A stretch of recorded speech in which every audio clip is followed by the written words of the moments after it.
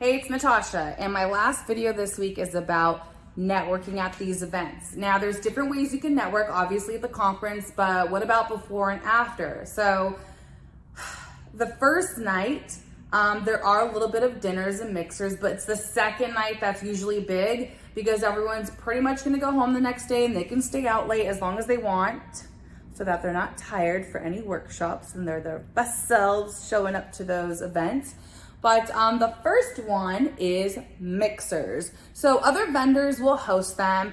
If you feel you want to be able to join those mixers, then reach out to them and say, hey, do you need any help hosting? I would love to participate and pay and help out any way possible. Some will say yes and some will say no. That's okay. I mean, it's happened to me where they're like, we don't need your help this year. And I'm like, fine, I'll have my own mixer with my own vendors. And that's how I actually got started hosting these mixers and events after C.A.S.H, because my first year, no one wanted to partner with me, but it's okay. Next are dinners. I've done a dinner once. It's not really for me, but other architecture firms and testing labs, they'll take a bunch of their clients out to a really nice dinner. Like I said, I've done it once or twice, but I like more of the big mixers because you get more people under one roof and you could meet more districts and vendors that way. So, but dinners is another good idea.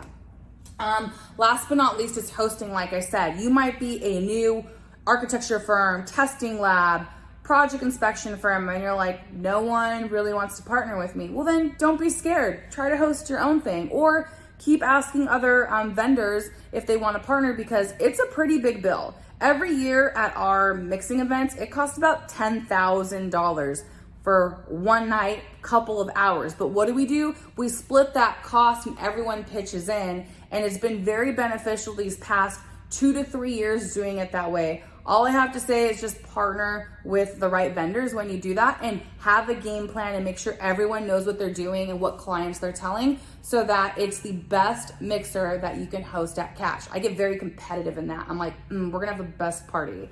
I have a little star right here and I wanna talk about one thing. So when you go to these dinners, mixer, networks, there's alcohol and there's nothing wrong with having cocktails.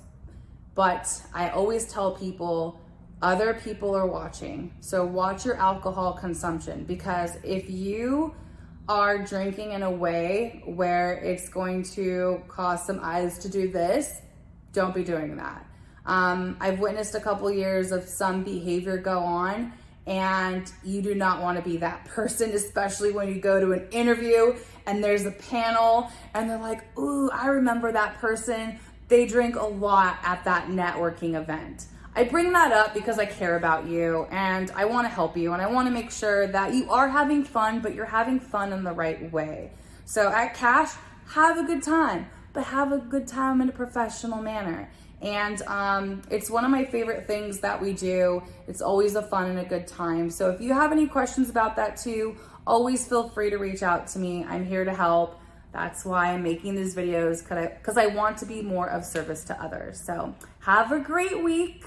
Hope it's a good one and kill it.